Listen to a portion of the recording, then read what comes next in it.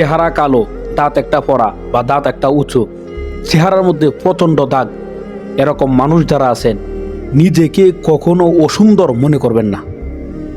কারণ আল্লাহ তাআলা যখন মানুষ বানিয়েছে, মানুষ সৃষ্টি করেছে, চারটা কসম কেটে আল্লাহ তাআলা বলেন, লাকাদ খলাকনাল ইনসানা ফি আহসানি তাকওয়িম, আমি মানুষকে খুব সুন্দরভাবে বানিয়েছি। মানুষের কাছে আপনার চেহারাটা খুব খারাপ মনে হতে পারে, কিন্তু আল্লাহ তাআলার কাছে আপনি সবচাইতে প্রিয়। অন্য আয়াতে আল্লাহ তাআলা বলেন, ইন্না আকরামাকুম ইনদাল্লাহি আতকাকুম, আল্লাহ তাআলা কারো চেহারার দিকে তাকায় না। আল্লাহ তাআলা ওই সমস্ত মানুষদেরকে বেশি ভালোবাসেন যার অন্তরে, যার হৃদয়টা আল্লাহ তাআলার ভয়ে ভরা। ওই সমস্ত মানুষদেরকে আল্লাহ তাআলা খুব ভালোবাসেন।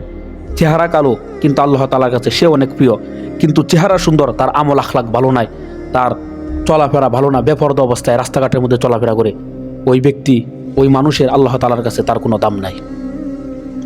আর আল্লাহ তাআলার কাছে সবচাইতে দামি, সবচাইতে প্রিয় মানুষ হলো তারাই যাদের আমল আখলাক, ইন্না আকরামাকুম ইনদাল্লাহি আতকাকুম, যার অন্তরে আল্লাহ তাআলার ভয় ভীতি, যার অন্তরে যত বেশি, আল্লাহ তাআলা সেই মানুষকে তত বেশি ভালোবাসেন।